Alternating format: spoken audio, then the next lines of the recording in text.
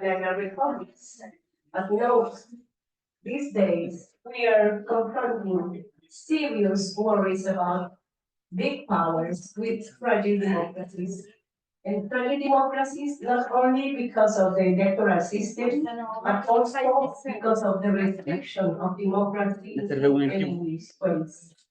So today, I will give the floor very soon to Franco Dinelli, our facilitator. But just to introduce Franco, Franco is a graduate in physics and a PhD in material science.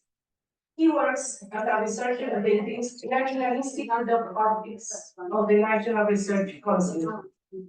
Franco teaches a course on disarmament and arms control for the degree program in peace sciences at the University of Pisa. He is currently a member of the National Council of Pax Christi Italy and a former member of the International Board of Pax Christi. And Franco participates in working groups for the promotion of nuclear disarmament and non-violence. Franco is the president of the CESEP, Center for Economic and Social Studies of Pax Christi. Thank you, Franco, and please, Scott, come here. Yeah, please, Scott.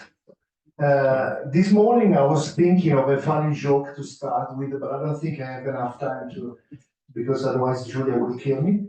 So we start with the speakers, and the first one is Cristina Mattiello from Rome. She's the president of CIPAX, the Interconfessional Center for Peace since 2015. And she's a long time collaborator of Pax Christi. I'm very pleased that today she's here. And please, Cristina. Thank you so much for inviting me to this beautiful context of peace building.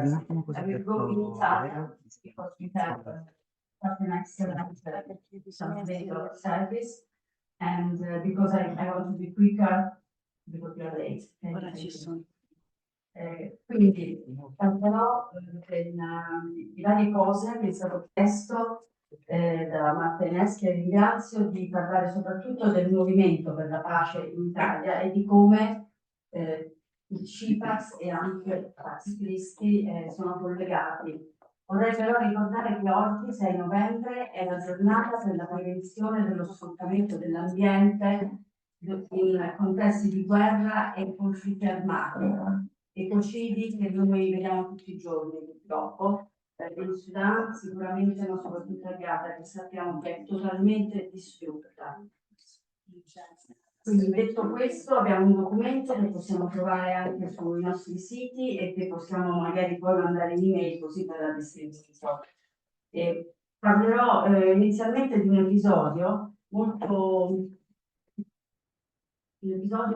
molto significativo che riguarda l'Italia 2 giorni fa, anzi Roma, 4 novembre. Il 4 novembre è in Italia una giornata considerata festa perché è la fine della prima guerra mondiale, è considerata una vittoria, lo dico tra virgolette, la vittoria italiana, e quindi unità d'Italia perché noi riuscimmo ad avere in quell'occasione 2 città che non erano italiane, Trento e Trieste, e con questo governo è diventata addirittura la giornata dell'unità nazionale e delle forze armate, cioè dell'esercito. Naturalmente per i pacifisti è una giornata di lutto e non di festa, ed è una giornata che ricorda quella che Papa Benedetto XV definì un'inutile strage.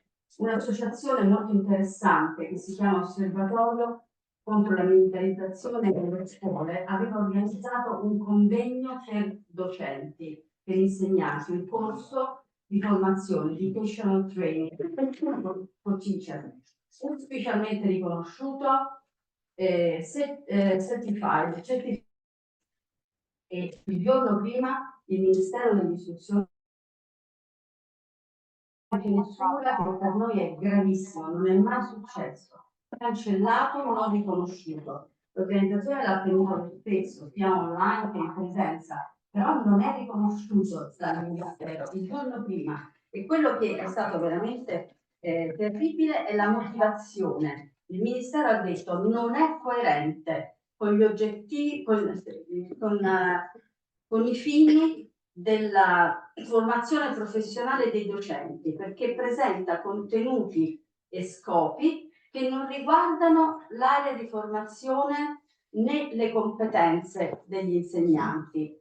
Questo vuol dire che la pace non rientra più nei compiti educativi, secondo il nostro Ministero. Una cosa di una gravità terribile, contro cui noi dobbiamo reagire, dobbiamo assolutamente cominciare a ricostruire un terreno. Per decenni, insomma, io ho insegnato tutta la vita e noi abbiamo fatto decine di programmi per la pace. L'educazione alla pace era un punto fermo nelle nostre scuole. Oggi ci vengono a dire che non rientra più nei nostri compiti. È terribile. E questo dimostra il clima. Lo dico per i fratelli e le sorelle straniere non europei, in Europa c'è un clima terribile di corsa al riarmo e in Italia in particolare. Noi siamo tra i paesi peggiori in questo momento, sia per quanto riguarda la crisi di Israele, Palestina, sia per quanto riguarda il riarmo.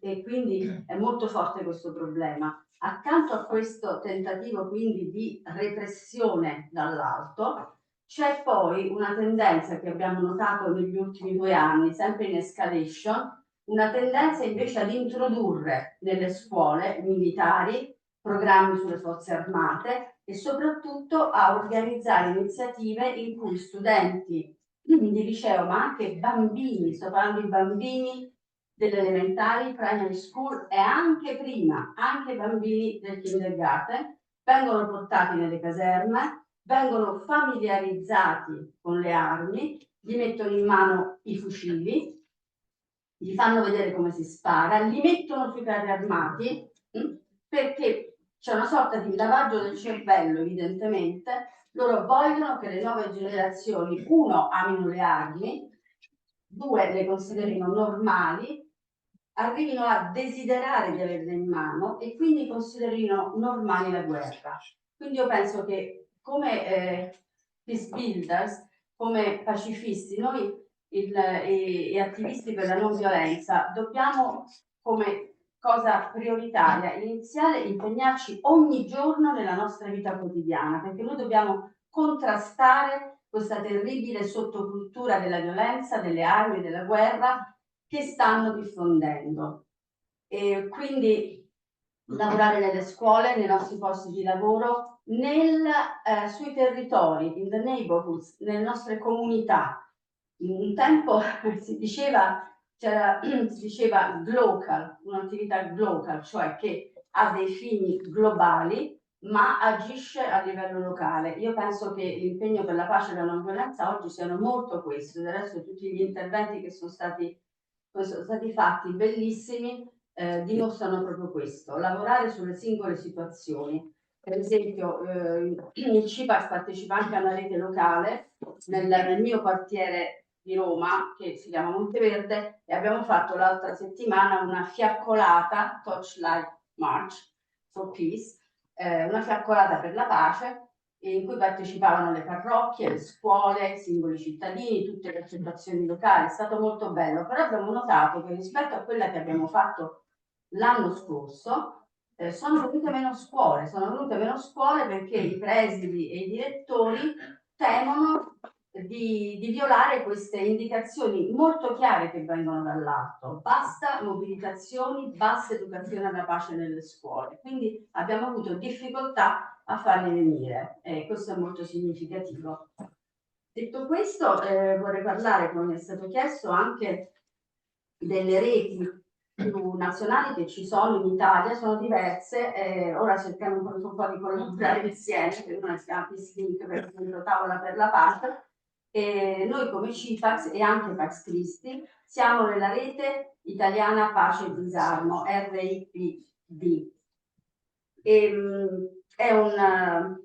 un network, è una rete con tantissime associazioni, alcune molto grandi, nazionali, molto famose, anche il sindacato, che si chiama CGL, e altre piccolissime, cioè gruppi proprio sparsi su tutto il territorio nazionale. Questo è molto bello. Quindi la prima cosa che fa questa rete è mettere in contatto tutte queste realtà, raccogliere informazioni e in un portale, un sito molto bello, ne dà notizia, così tutti possiamo essere in qualche modo collegati. Poi c'è l'organizzazione di convegni, per esempio a Verona. Verona è una città molto impegnata per la pace, sta nel nord Italia, e poi anche partecipazione e organizzazione di manifestazioni. Ora c'è stato un periodo in cui era abbastanza difficile, questo paese sembrava molto stanco. Noi diciamo in qualche modo che Gaza, che noi volevamo salvare, per certi aspetti ha salvato noi, cioè ha creato di nuovo una coscienza, un po' una mobilitazione. Noi all'inizio di ottobre, quando la flottiglia stava navigando verso Gaza, abbiamo avuto 2 manifestazioni incredibili a Roma, a distanza di pochi giorni una dall'altra, ma tipo 300.000 persone ogni volta, forse anche 500.000, la città completamente piena di persone che manifestavano pacificamente, e per la prima volta abbiamo visto che anche in periferia, quando il traffico veniva bloccato, le persone invece di protestare scendevano e si univano ai manifestanti. È stato veramente molto bello. Questo ci dà un segno di speranza, che magari dalla mobilitazione con un focus sulla Palestina, noi lo sentiamo molto questo problema, perché l'Italia, come dicevo prima, è uno dei paesi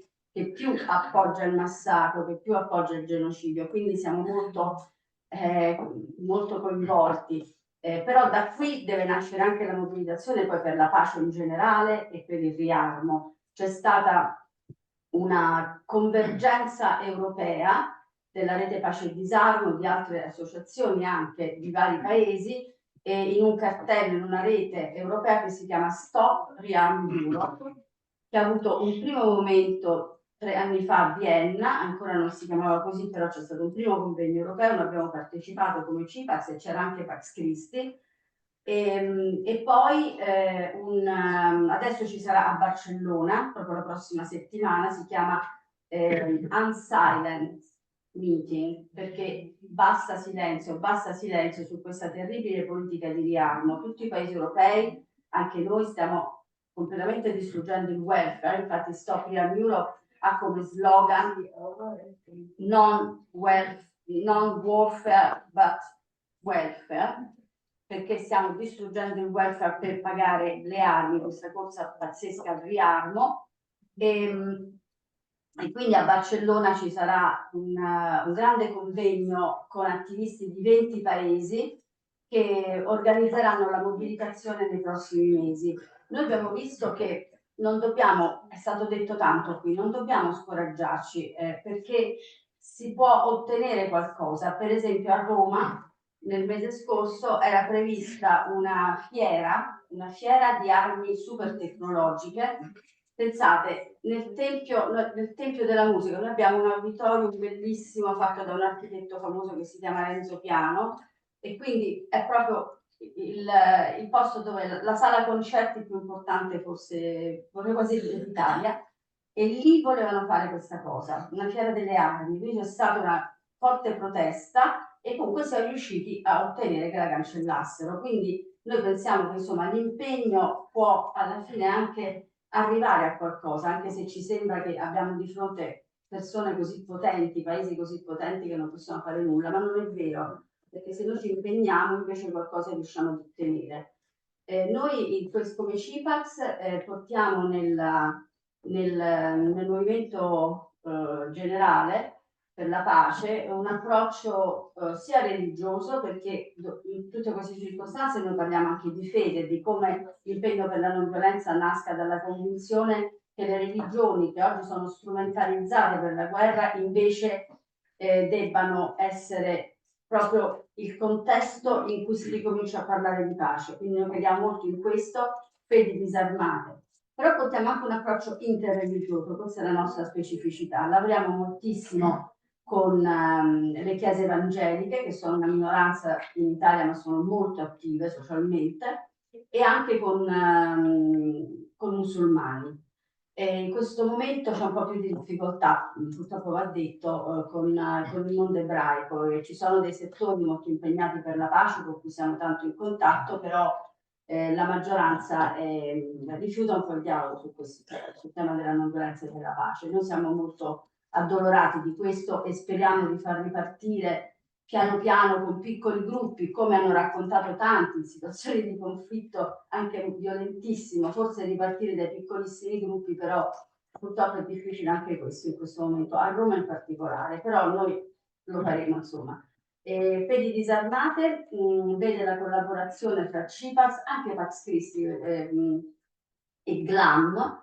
La GLAM vorrei nominarla qui perché appunto siamo veramente fratelli e sorelle, è la commissione globalizzazione e ambiente della Federazione delle Chiese Evangeliche Italiane, quindi impegnata sui temi della salvaguardia del creato, della cura del creato, ma soprattutto in questa fase sui temi del riarmo, della non violenza e della pace. Insieme abbiamo fatto moltissime cose, veglie di preghiera, un anno molto bello, una sorta di catena di veglie di preghiera tra parrocchie e chiese evangeliche per tutta Roma, una ogni 2 settimane. È stato molto, molto bello incontrare tutte queste piccole comunità e stare insieme a parlare di pace, ognuno nel suo modo, e poi partecipiamo appunto alle manifestazioni con dei nostri contenuti e abbiamo fatto anche un ultimo documento che si chiama The Disarmed Faith, le fedi disarmate, e che possiamo fare anche questo girare, l'ha firmato anche Pax Christi questo. E poi vorrei, per finire, cercare di essere breve così appunto possiamo recuperare un po' i tempi, però sono ovviamente disponibili anche poi dopo a domande e informazioni. Leggo solo qualcosa dall'ultimo documento che abbiamo presentato all'assemblea di Stop Rearm Europe che c'è stata a Roma, l'assemblea italiana, e l'abbiamo presentato appunto come CIPAX e il nostro vicepresidente. Quindi parliamo della costruzione del nemico,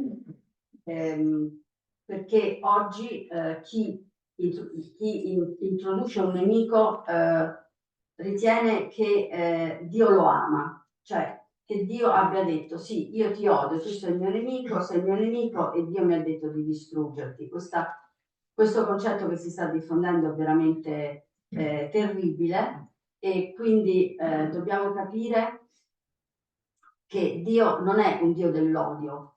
Non dobbiamo amare Dio per distruggere il nemico, come ci stanno dicendo e come purtroppo stiamo vedendo che sta succedendo con migliaia di morti. Quindi noi siamo di fronte all'uso strumentale delle fedi e dobbiamo appunto tutti insieme, come fedi disarmate, reagire a questo e dire che dobbiamo rompere il silenzio rispetto a quello che sta accadendo nel mondo, smantellare il discorso d'odio, smantellare chi parla di nemici da sconfiggere, disarmare anche in modo specifico i testi religiosi, cioè e reagire quando qualcuno portando la Bibbia ci dice andiamo ad ammazzare. Questo purtroppo oggi è fortissimo, è un problema fortissimo, e noi dobbiamo invece dire che è la Bibbia stessa, così come il Corano, come qualunque religione, perché tutte hanno un fondamento di spiritualità comune in cui si può trovare l'amore per la pace e la non violenza, al di là di come le istituzioni l'hanno strumentalizzato o sono state strumentalizzate politicamente per fare la guerra. Quindi noi invece dobbiamo disarmare i testi religiosi, disarmare la spiritualità, disarmare le parole di odio, ed è tempo che le chiese, le moschee, i templi di diverse fedi, le sinagoghe, cioè tutti i posti, tutti i luoghi di spiritualità diventino case per la pace, spazi per costruire la pace insieme, anche con i non credenti. Noi lavoriamo tantissimo con i laici anche, e per disarmare appunto questo mondo di odio. Le cerimonie religiose finiscono spesso con un augurio per la pace, e questo deve essere il nostro focus sempre, anche nelle preghiere. Grazie.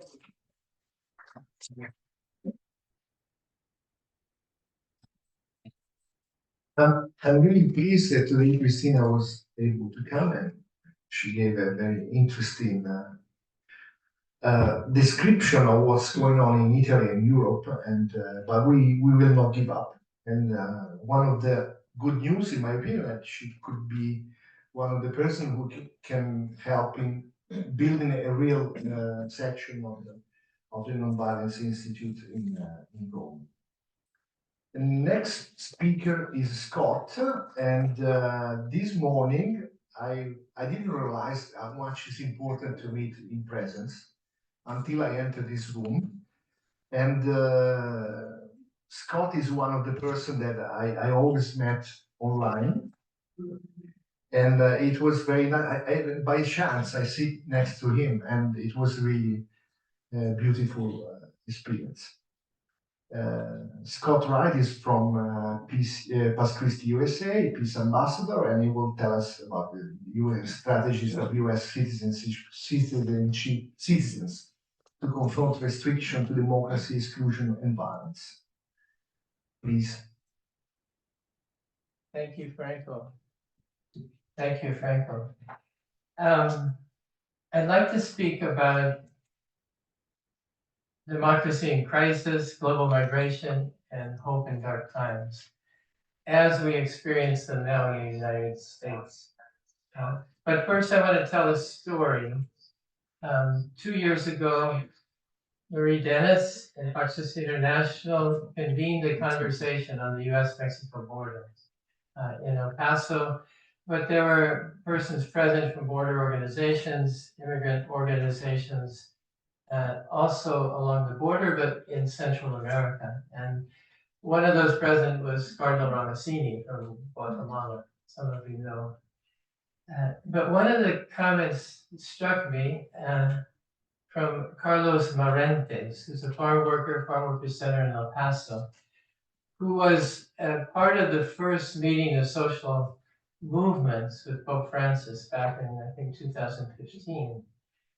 And his comment was, you know, migration is a form of nonviolent resistance.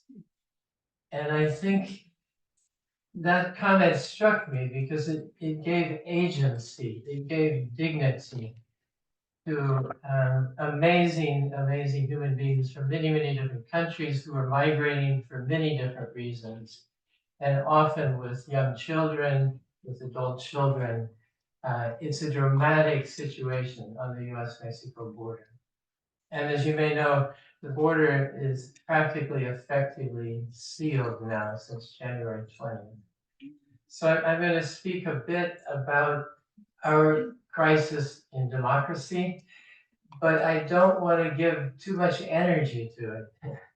You know, I think those of us, or those of you who are from Latin America, those of us who have worked in Latin America, I remember people in their conversations in the church talking about a project of death and a project of life. I think we could say a project of life and nonviolence.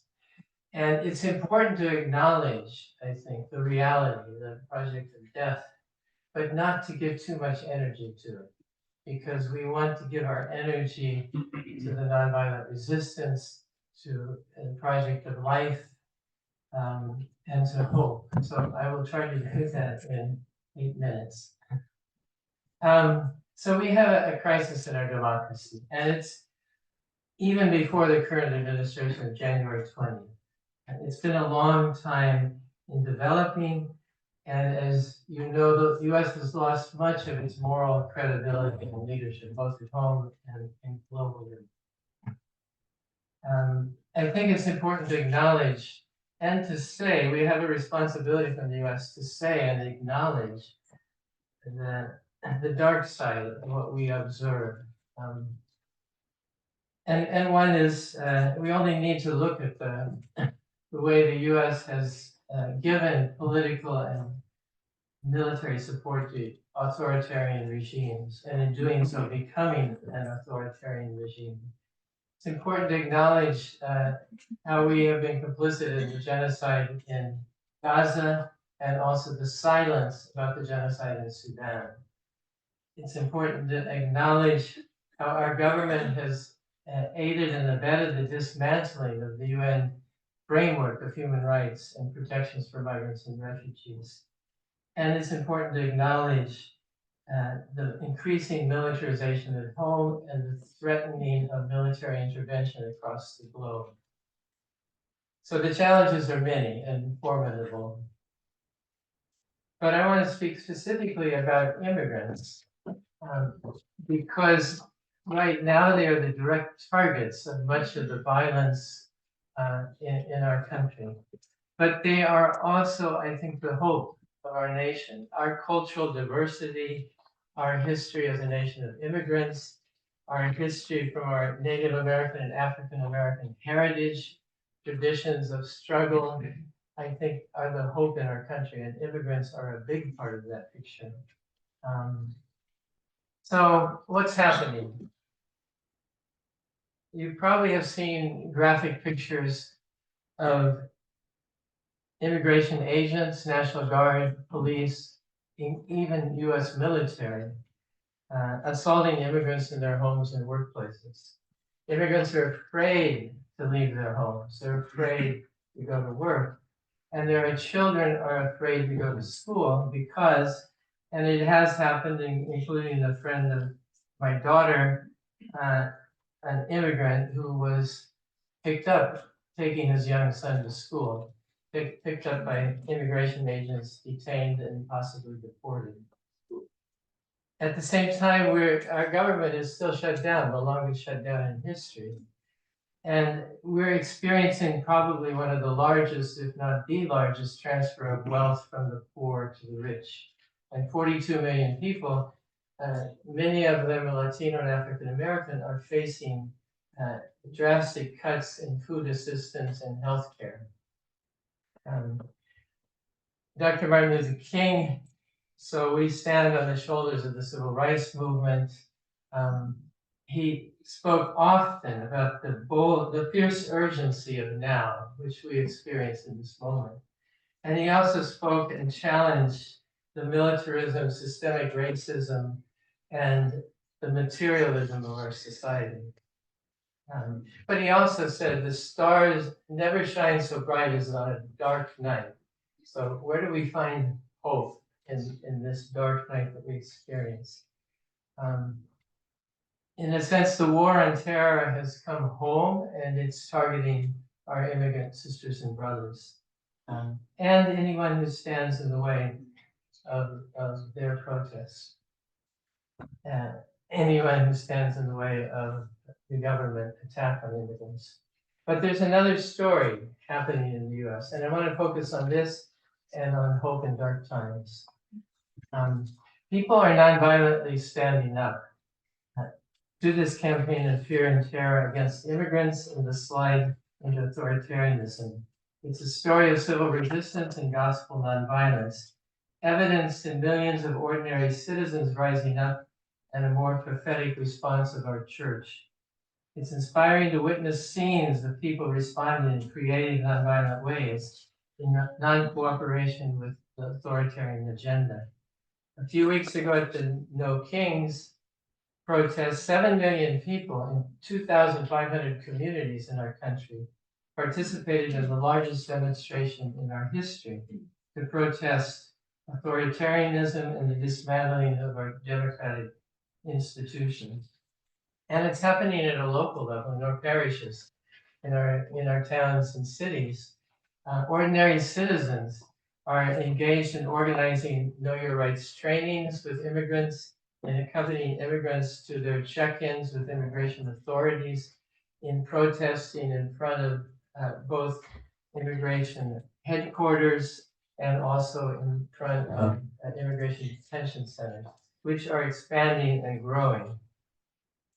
Bishop Mark Seitz from the Diocese of El Paso, whom we will honor with the Pax Christi International's Peace Prize at the conclusion of our assembly, has also pointed to the urgency of the moment, boldly confronting the rise of authoritarianism. And he said, there are deeper issues here, including how we understand the nature of public life and our democracy, and how we draw the lines of who belongs and who doesn't.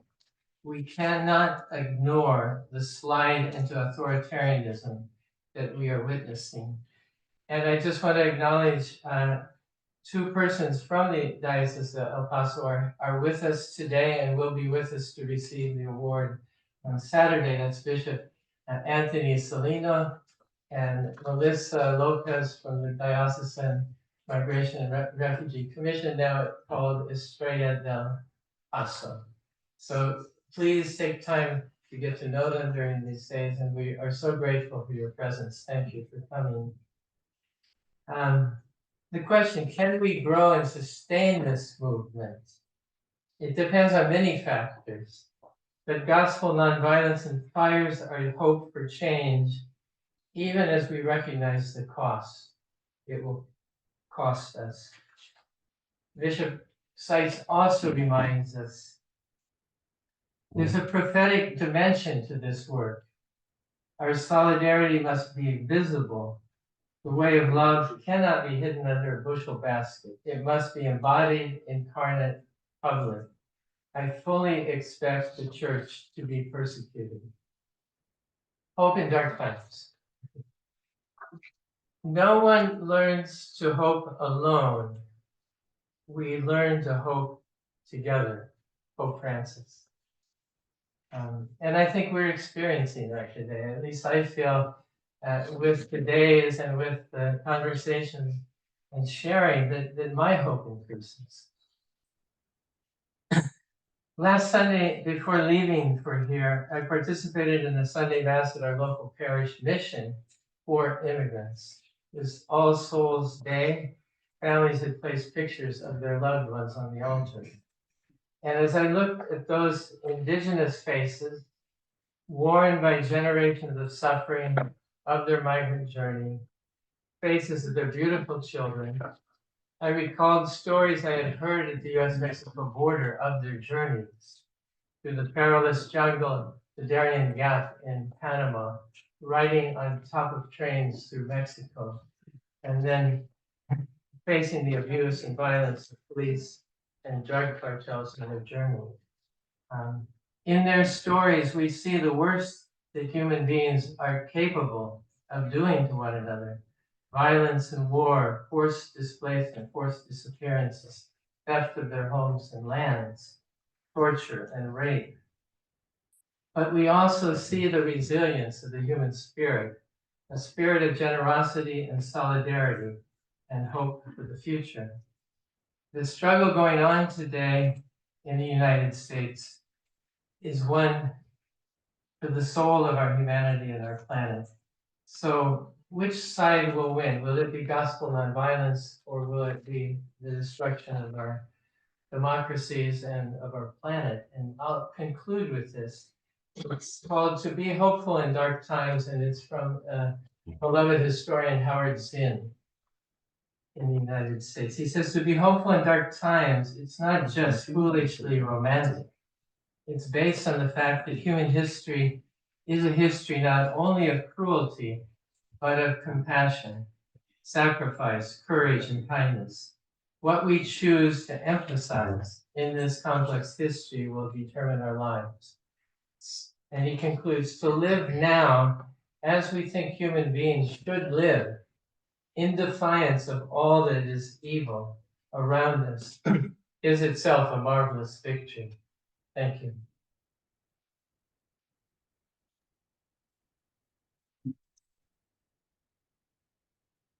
Thank you, Scott. Very nice report. And the next one is Guylain Leray, our representative at UNESCO. He is from, should be connected, please. Yes, thank you very much. Can I speak? No, no. Wait a second, because we have some. Hello, just a second. I'm trying to activate the screen sharing. Yeah, we are hearing you just from here. Can everyone see the presentation? Yes, but can everyone say that? Okay, can you try to talk now? In the meantime, I can Can you check. Try to call Farah. On the Sorry? 3rd of December, we will organize Can everyone see the presentation? and others. Yes, we can. Okay, thank you. the European Parliament regarding UN and Europe, how Europe can help in building a multilateral world, a new paradigm for the UN, which is in, as you all know, in big crisis. And we thank Julia for the organization of this meeting as well. Okay, Gilan, can you try? Yes, I can begin if you want. Okay. You have the presentation? Yes, okay. I don't see it. No, Gilan. No? Fixi la melodie. Parce que nous avons des problèmes de notre Vogliamo fare la vecchia maniera.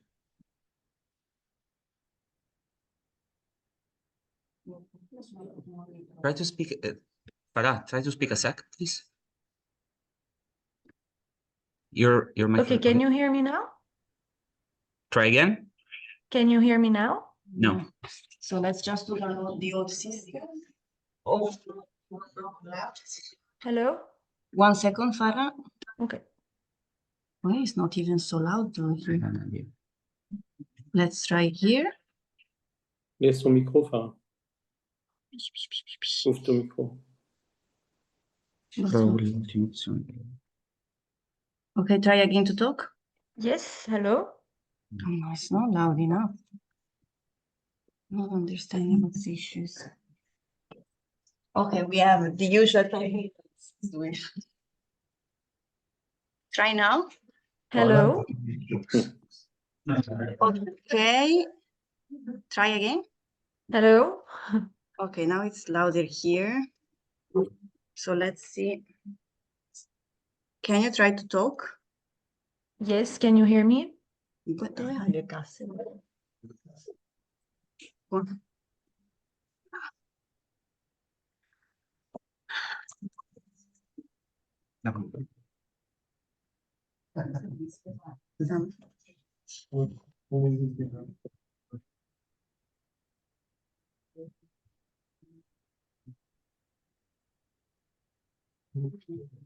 Ah, wait.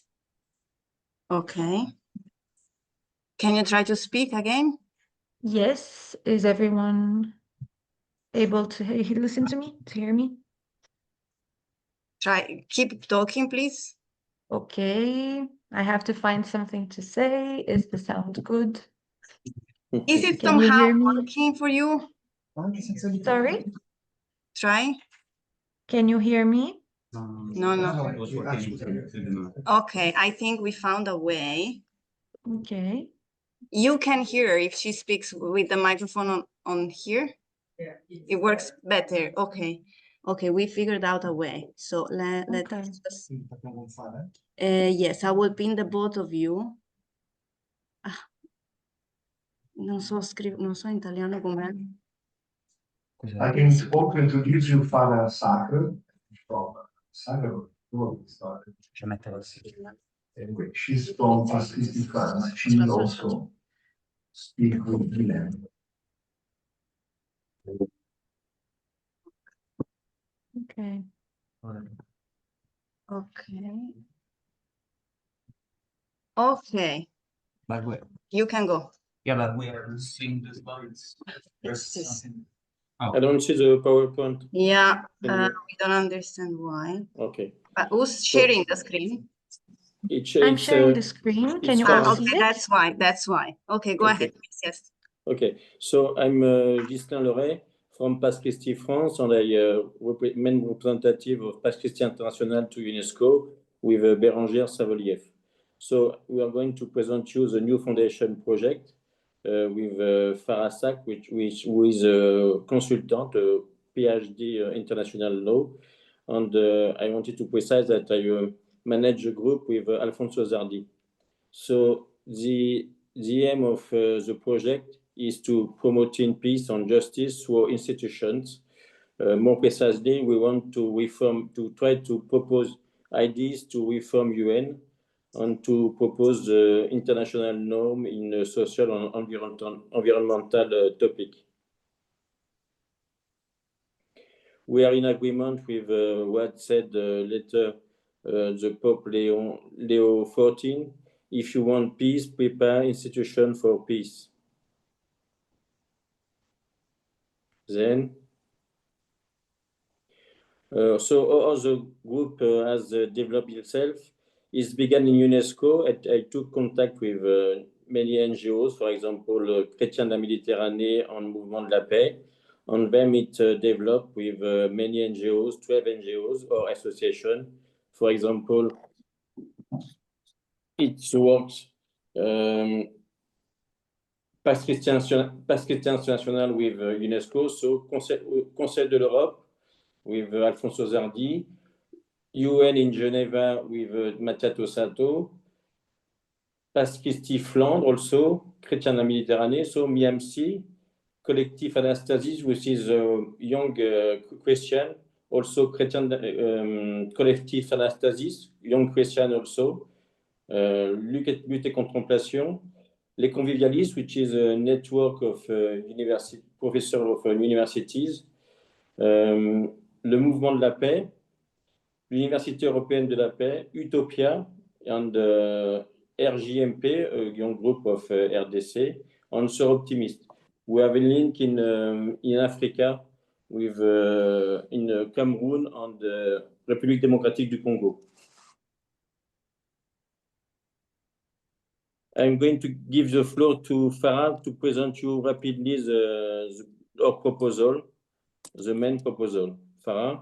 Yes, so our main objective is actually to propose UN reform, because we all know that the current system of the United Nations is paralyzed, especially with the veto at the Security Council. So this is why with Guilain initially, and then I joined, and then all the other NGO representatives joined the movement, and we all worked on 13 proposals to reform the system of the United Nations, but also to go even further for social and environmental norms.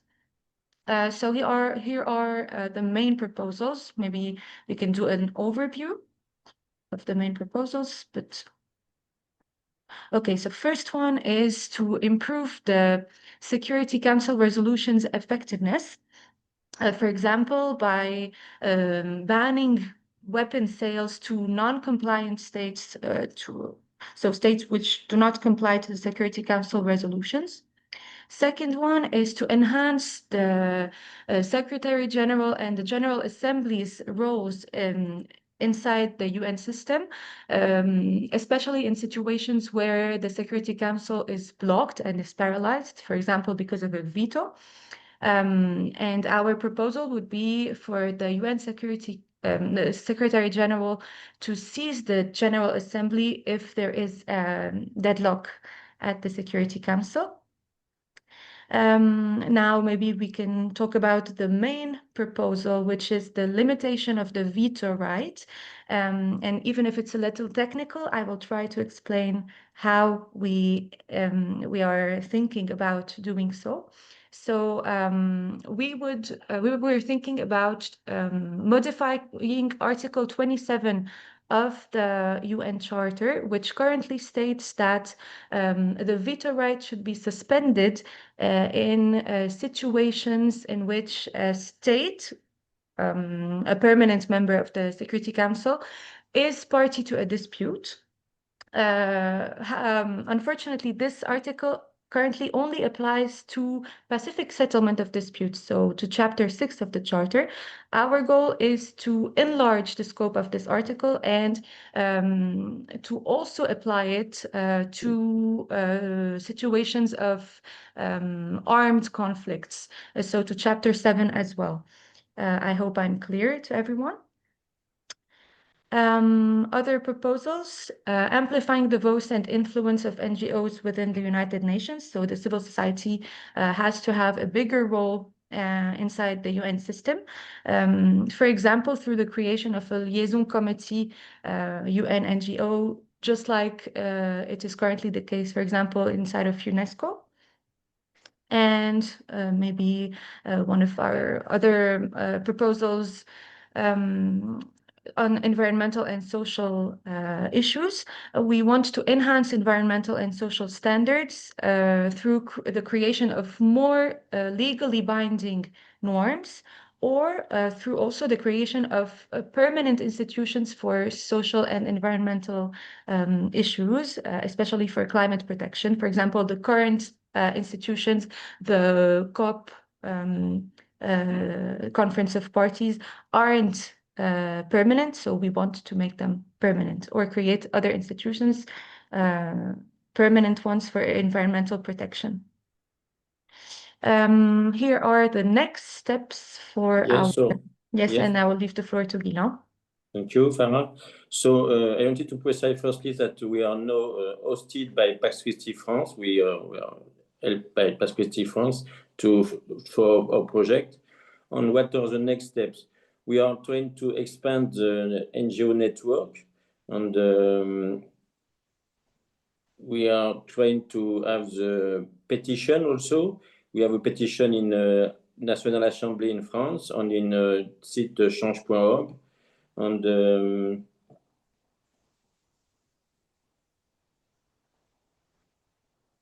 we try to have a support of politics with a deputy, and for the moment we have the support of Dominique Potier, national deputy in France.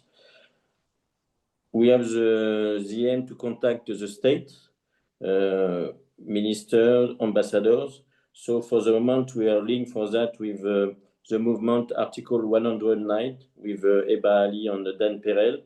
This movement is linked with the state, so it's very interesting.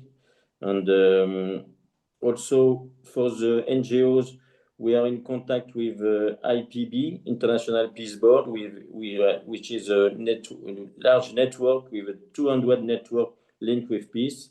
And we have still Alain Ruiz, the vice president in our group. So we are open to many NGOs. If Pax Christi, other group from Pax Christi, from the movement Pax Christi International, come to join us, they are welcome, of course. So Farah will speak about the article we have already write and diffused in our broadcast. Yes, Farah? Yes, so we think that it is important to address issues which are currently happening and which are related to what we do, so the reform of international institutions. So this is why we published 3 articles to this day. One about the ICJ's opinion on climate change responsibility. Another one about the Uniting for Peace initiative on the occasion of the UN General Assembly, which happened last September. And a last one about the rationalization about the UN, especially given the budget cuts that the UN is now facing, and not only the budget cuts, but we would also say the budget la gestion. I can't find the word in English, I'm sorry. So the way the budget is managed, and we want the budget to be more dedicated to the civil society and to the populations, state populations. So here are the 3 articles we wrote until now, which are published on Pax Christi France's website. And Pax Christi International. And yeah. Pax Christi International as well, which are translated in French and English. Yes, thank you, Farah. Thank you very much.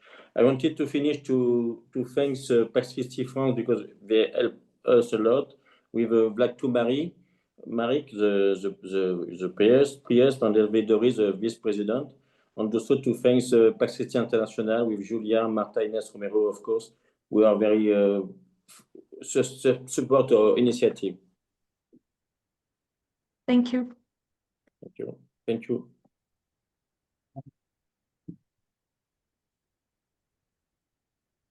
Thank you, Bilal and Farah. And I want to suggest a reading.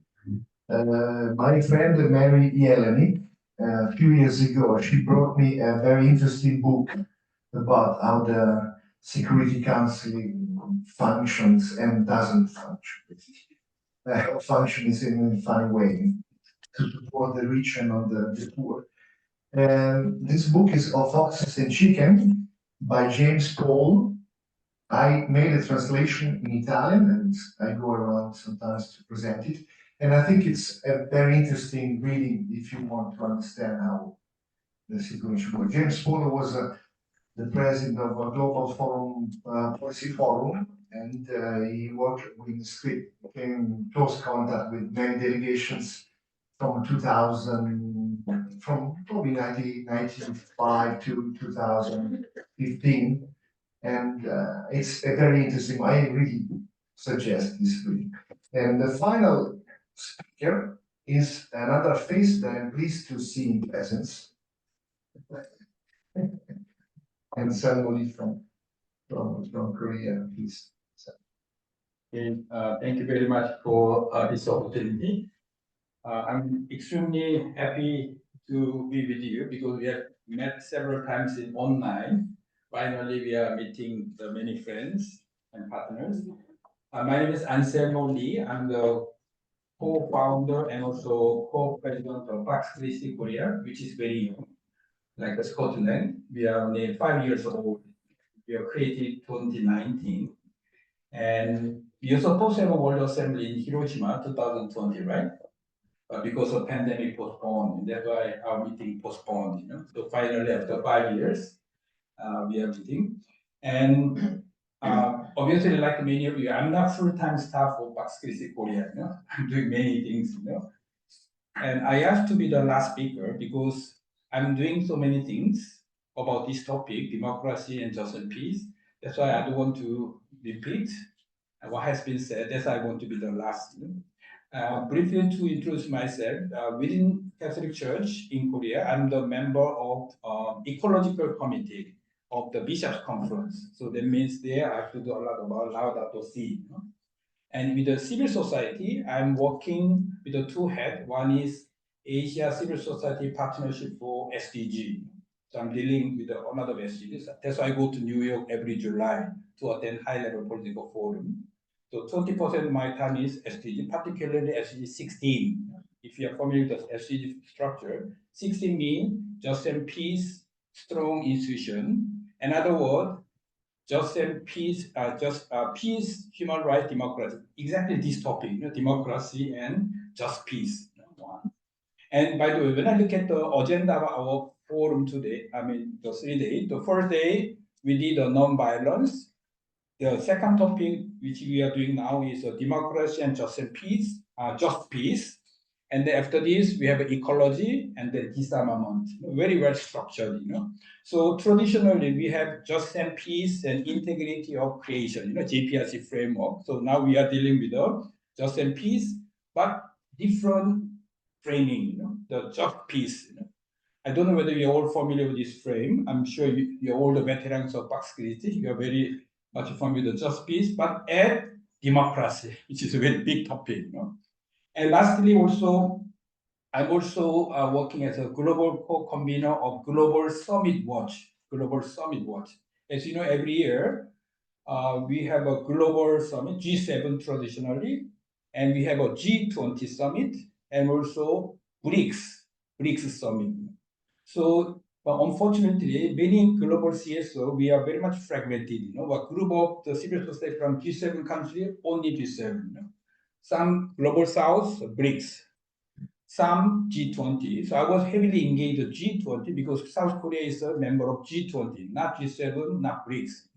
So I was the one who organized the first civil G20 dialogue in 2010. Since then, I've been engaged in G20.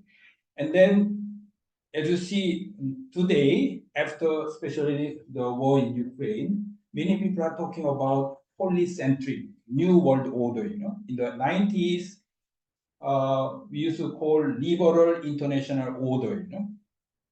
And then last several years, we see the illiberal international order, and polycentric. The 90s was a Pax Americana, but now, So in this changing context, I try to reflect the democracy and just peace, very briefly. And when I was trying to formulate the key points for my presentation, several events came to my mind. Number one, yesterday, good news first. Mandan in New York, Mandan in New York, young people, 35, And then President Trump. By the way, how many from United States here? Wow, good. Okay. We should have more, because you are responsible for global peace. By the way, how many who are from the democratic? Now we are talking about democracy, right? Raise up your hand if you are from democratic country. Raise up your hand. Okay, wow. Non-democratic country, non-democratic. Oh, yeah. He's correct. Okay, in between, transition. Positive or negative transition. Okay. So, and then the not very good news is Trump was in South Korea. So Trump was South Korea. We are all scared, as you know. The first time after 6 years, he met with Xi Jinping, Xi Jinping. And somehow result was not bad, They like a ceasefire, don't expand the anymore, whatever, Okay, that was okay. But on his way back, he declared, the US is going to start a nuclear test. We got shocked, As you know, the South Korea, we are worst country in terms of geopolitical position. We are surrounded 4 superpowers: US, China, Russia, Japan. Or nuclear power. North Korea now finally become nuclear power. So there's a big debate in South Korea what to do. Should we have the Pope said disarm, but many silently Catholic supporting the nuclear armament. Real challenge.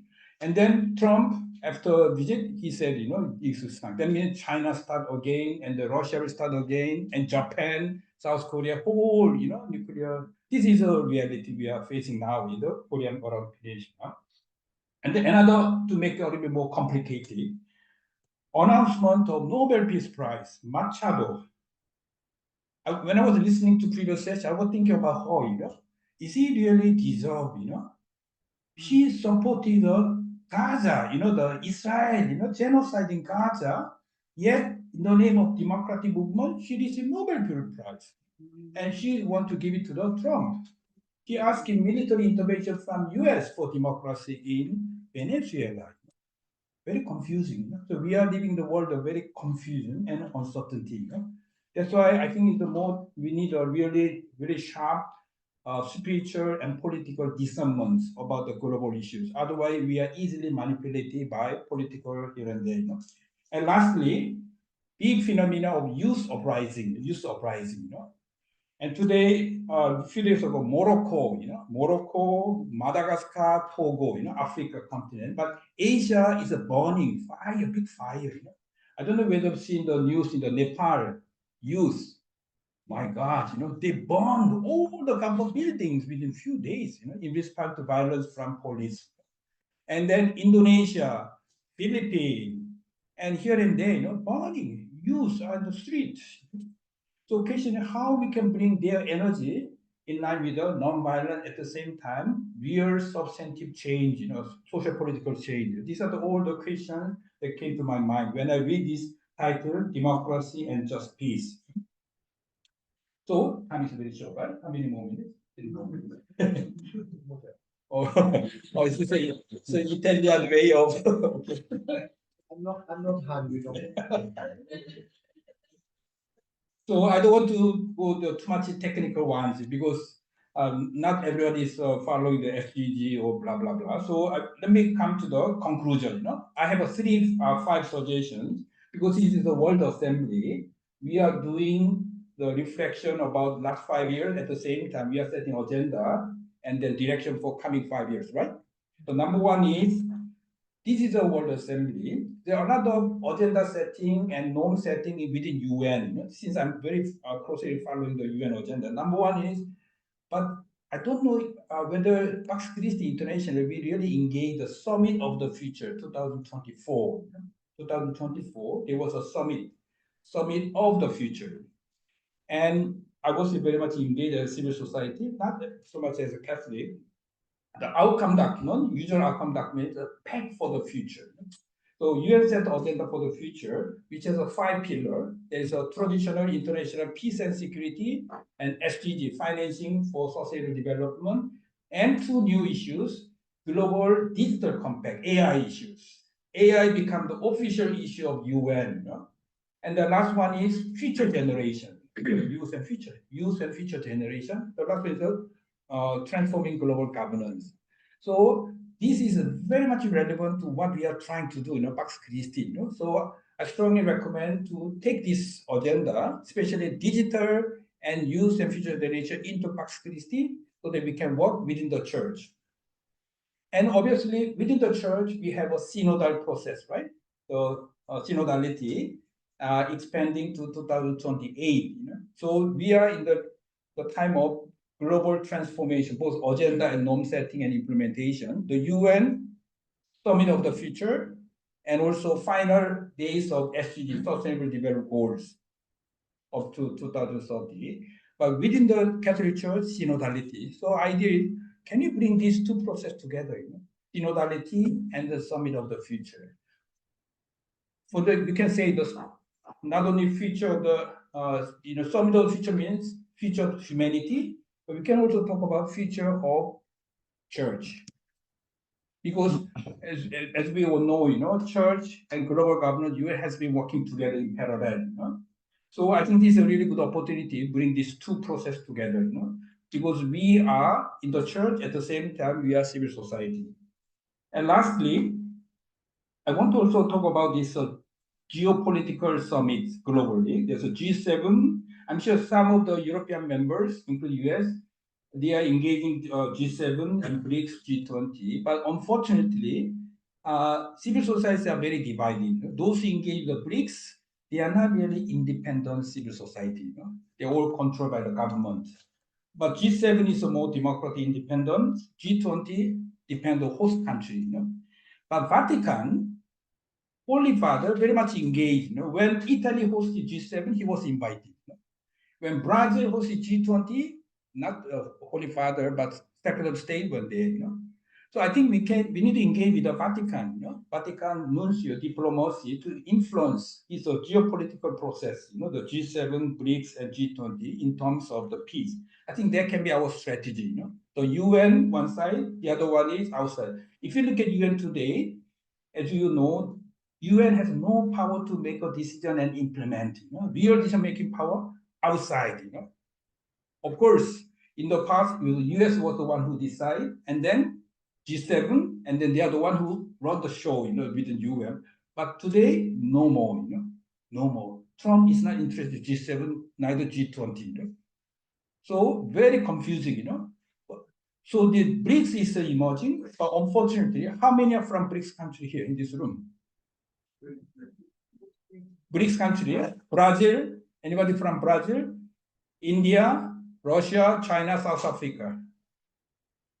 No, nobody. So if you are serious about geopolitical framework, they are, emerging power, and also they have 5 new members. 5 new members: Indonesia, Egypt, and Iran, Arab Emirates, and Ethiopia. Not very democratic country.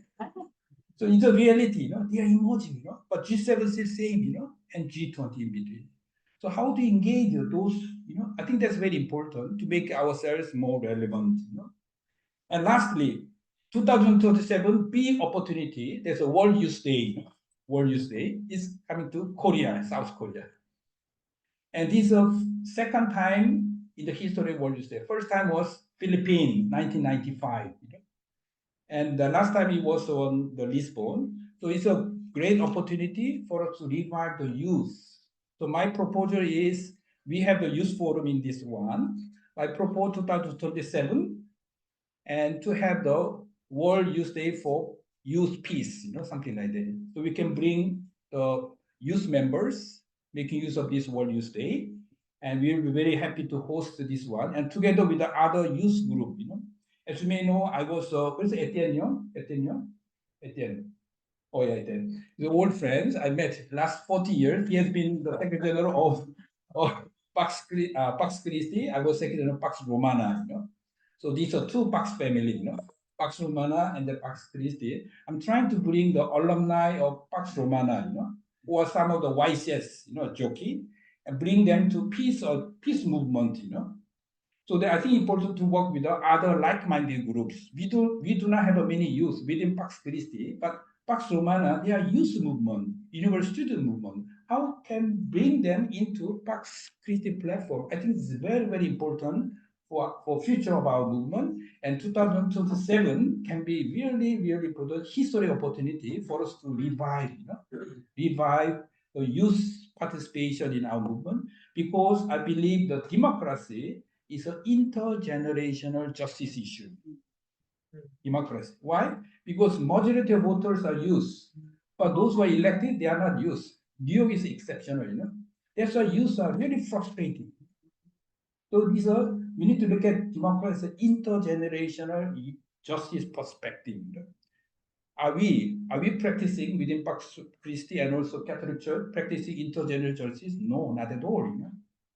That's why synodality is now the agenda. So I think it's important for us. We need to practice intergenerational justice within Pax Christi at the same time within the church, at the same time global democracy. So thank you for your listening.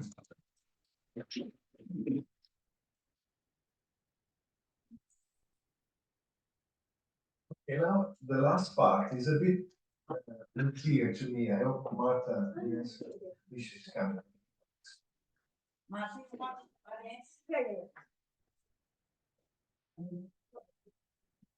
Just to invite you, instead of doing questions, to meet